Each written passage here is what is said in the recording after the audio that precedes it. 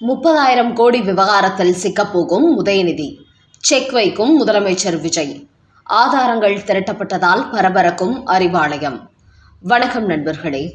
தமிழகத்தில் திமுக எப்போது ஆட்சிக்கு வந்தாலும் ஊழல் பெருக்கெடுத்து ஓடும். கீழ்மட்டத்திலிருந்து மேல்மட்டம் வரை அத்தனை பேருமே போட்டி போட்டு ஊழல் செய்வார்கள். அதனால்தான் இந்த கட்சிக்கு தமிழ்நாட்டு மக்கள் எப்போதுமே அங்கீகாரம் கொடுக்க மாட்டார்கள். என்றாலும் அவ்வப்போது சில வலுவான கூட்டணி கட்சிகளை கூட்டணி சேர்த்து கொண்டு திமுக ஆட்சிக்கு வந்துவிடும்.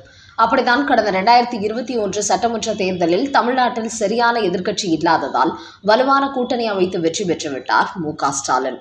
அந்த ஆட்சியில் ஒவ்வொரு துறைகளிலும் ஏகப்பட்ட ஊழல் நடந்தது. குறிப்பாக திமுகவின் முதல் குடும்பத்திற்கு பெரும்பாலான அமைச்சர்கள் மாதந்தோறும் கோடிக்கணக்கில் கப்பம் கட்டி வந்தார்கள். அந்த பணத்தை எல்லாம் கோபாலபுரம் குடும்பத்தினர் வெளிநாடுகளில் முதலீடாக சேர்த்து வந்தார்கள். இந்த நிலையில்தான் 2021 திமுக ஆட்சிக்கு வந்த பிறகு அக்கட்சியில் நிதியமைச்சராக இருந்த PTR பழனிவேல் தியாகராஜன், உதயநிதி, சபரீசன் ஆண்டுக்கு 30,000 கோடி சம்பாதிப்பதாக சொன்ன ஒரு ஆடியோவை பாஜகவின் மாநில தலைவராக இருந்த அண்ணாமலை வெளியிட்டிருந்தார். இது அப்பட்டமான உண்மை என்பதால் அதை திமுகவினால் மூடி மறைக்க முடியவில்லை.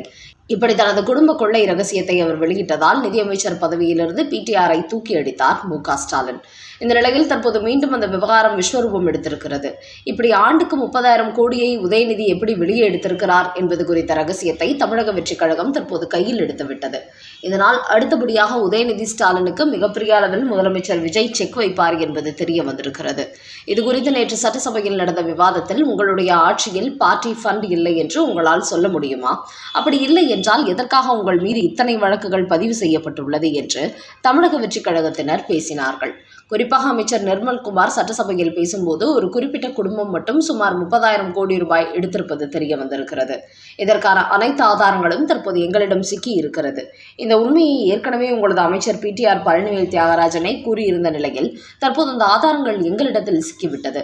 அதனால் இந்த 30,000 கோடி பார்ட்டி ஃபண்ட் விவகாரத்தை தாவேக அரசு சும்மா விடாது. இது சம்பந்தப்பட்ட முதல் குடும்பத்தை சார்ந்தவர்களை மொத்தமாக வெளியில் கொண்டு வருவோம். கடந்த 5 ஆண்டுகளில் இத்தனை ஆயிரம் கோடி இவர்கள் கட்சி நிதி என்கிற பெயரில் சேர்த்துள்ளார்கள் என்பதை கணக்கிட்டு அந்த மொத்த தொகையையும் அபகரித்து அரசு கஜானாவுக்கு கொண்டு வருவோம். எங்களிடமிருந்து அரசு பணத்தை கொள்ளையடித்த யாரும் தப்பிக்க முடியாது என்று முதலமைச்சர் விஜய் ஆவேசமாக பேசி உதயநிதிக்கு எதிராக அறைகூவல் விடுத்தார். அதனால் நேற்று சட்டசபையில் நடந்த சம்பவத்திற்கு பிறகு ஒட்டுமொத்த திமுகவும் அரண்டு போய் கிடக்கிறார்கள். உதயநிதிக்கே இந்த நிலைமை என்றால் நம்மையெல்லாம் விட்டு வைப்பார்களா என்று திமுகவின் ஊழல் அமைச்சர்கள் மொத்த பேரும் தற்போது கதிகலங்கி போயிருக்கிறார்களாம்.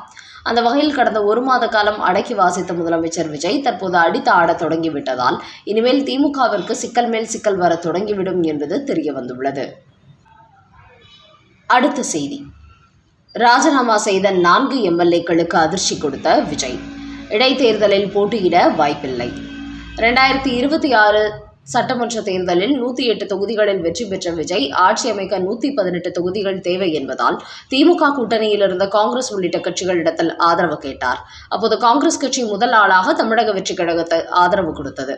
அவர்களை தொடர்ந்து 2 கம்யூனிஸ்ட் கட்சிகளும் சென்ற நிலையில் அதையடுத்து VCK, இந்திய முஸ்லீம் லீக் கட்சிகளும் விஜய்க்கு ஆதரவு கொடுத்து அவரது கூட்டணியிலும் இணைந்தார்கள். இதன் மூலம் கம்யூனிஸ்ட் கட்சிகளை தவிர மற்ற கட்சிகளுக்கு அமைச்சர் பதவியும் கொடுத்துள்ளார் விஜய். என்றாலும் தனக்கு ஆதரவு கொடுத்திருக்கும் கட்சிகளின் மீது விஜய்க்கு போதுமான நம்பிக்கை இல்லை. தற்போது 119 MLAக்கள் ஆதரவு தனக்கு இருக்கும் பொழுது யாரேனும் ஓரிரு கட்சிகளை காலை வாரிவிட்டால் ஆட்சி கவிழ்ந்துவிடும் என்பதனால் அதிமுகவிலிருந்து தமிழக வெற்றிக் கழகத்திற்கு வந்த 4 MLAக்களை ராஜினாமா செய்ய வைத்தார். அந்த வகையில் பெருந்துறை ஜெயக்குமார், அம்பாசமுத்திரம் இசக்கி சுப்பையா, தாராபுரம் சத்யபாமா, மதுராந்தகம் மரகத குமரவேல் ஆகிய 4 பேரும் தங்களது MLA பதவிகளை ராஜினாமா செய்துவிட்டு தமிழக வெற்றிக் கழகத்தில் தங்களை இணைத்துக் கொண்டார்கள். அப்போது அவர்களிடத்தில் இந்த தொகுதியில் இடைத்தேர்தல் வரும்போது மீண்டும் உங்களுக்கு போட்டியிட வாய்ப்பளிக்கப்படும் என்று கூறியிருந்தார்கள். ஆனால் தற்போது இந்த 4 தொகுதிகளிலும் நடத்தப்பட்ட சர்வேயில் ராஜினாமா செய்த அந்த 4 அதிமுக MLAக்களுக்கு மக்கள் மத்தியில் கெட்ட பெயர் ஏற்பட்டுள்ளதாம். அதனால் மீண்டும் அவர்கள் போட்டியிட்டால் வெற்றி பெற முடியாது என்பது தெரிய வந்திருக்கிறது. அதன் காரணமாகவே உங்கள் 4 பேருக்கும் மீண்டும் சீட் தர முடியாது என்று தற்போது தாவேகா கூறிவிட்டதாம். அதே சமயம் தங்களை நம்பி வந்ததால் ஏதேனும் வாரிய தலைவர் பதவியை அவர்களுக்கு கொடுக்குமாறு அறிவுறுத்தியுள்ளாராம் விஜய்.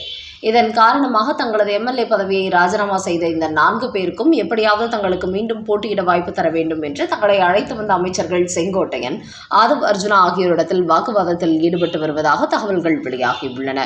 அந்த வகையில் அரசனை நம்பி புருஷனை விட்ட கதையாய் இந்த 4 பேரும் பரிதாபமாக நின்று கொண்டிருக்கிறார்கள். அடுத்த செய்தி. விஜயை சீண்டிய இன்பநிதி, இன்ஸ்டாகிராம் ஸ்டோரியில் வெளியிட்ட சர்ச்சை பதிவு. தமிழக சட்டசபையில் ஆளுநர் உரைக்கு நன்றி தெரிவிக்கும் தீர்மானம் குறித்த விவாதம் கடந்த சில தினங்களாக நடைபெற்று வந்தது. இந்த நிலையில் நேற்று எதிர்க்கட்சித் தலைவர் உதயநிதியின் குற்றச்சாட்டுக்கு எதிர்ப்பு தெரிவித்து கடுமையாக சாடியிருந்தார் முதலமைச்சர் விஜய். குறிப்பாக மின்சாரத்துறை தடை சட்டம், ஒழுங்கு பிரச்சினை, பெண்கள் குழந்தைகளுக்கு எதிரான குற்றங்கள், விவசாயிகள் பயிர்க்கடன், குதிரை பேரம் போன்ற விஷயங்களை தெரிவித்து திமுக தாவேக அரசை விமர்சனம் செய்து வந்தது. இந்த நிலையில்தான் நேற்று இந்த கூட்டத்தொடரின் இறுதி நாளன்று முதலமைச்சர் விஜய் சட்டசபையில் கேட்கப்பட்ட கேள்விகளுக்கு பதில் கொடுத்தார். எதிர்க்கட்சிகளின் குற்றச்சாட்டுக்கு தன்னுடைய பாணியிலேயே பதிலடி கொடுத்தார். குறிப்பாக எங்கப்பா உங்கப்பாவை காணோம் என்று மறைமுகமாக சட்டமன்ற தேர்தலில் தோல்வியடைந்த மு.க.ஸ்டாலின் குறித்து குட்டிக்கதை சொல்லி பரபரப்பை ஏற்படுத்தியிருந்தார். இதற்கு திமுகவினர் எதிர்ப்பு தெரிவித்தார்கள். அதையடுத்து உதயநிதியை தன்னுடைய எக்ஸ் பக்கத்தில் குட்டிக்கதை சொல்கிறேன் என்று உளர அவை மாண்புக்கு எதிரானது. செங்கல்பட்டு நீதிமன்றத்தில் கணவரை தேடும் மனைவி கதையெல்லாம் தமிழ்நாட்டுக்கு தெரியும் என்று விஜய்க்கு எதிராக ஒரு கருத்து பதிவிட்டிருந்தார். இந்த பதிவை திமுகவின் இளைஞரணி இன்ஸ்டாகிராம் பகிர்ந்துள்ளார்கள். இந்த நிலையில் உதயநிதி வெளியிட்ட இந்த பதிவை தற்போது அவரது மகன் இன்பநிதியும் இன்ஸ்டாகிராம் ஸ்டோரியில் பகிர்ந்து அத்துடன் சர்ச்சைக்குரிய பாடல் வரிகளையும் பின்னணியில் சேர்த்து பரபரப்பை ஏற்படுத்தியுள்ளார். அதாவது தனுஷ் நடிப்பில் வெளியான அநேகன் படத்தில் இடம்பெற்ற டங்காமாரி ஊதாரி என்கிற பாடல் வரிகளை பின்னணியில் சேர்த்துள்ளார் இன்பநிதி. அதாவது ஒருவர் மனைவியை பிரிந்து இன்னொருவருடன் வாழ்வதாக இந்த வரிகள் அர்த்தம் கொண்டது.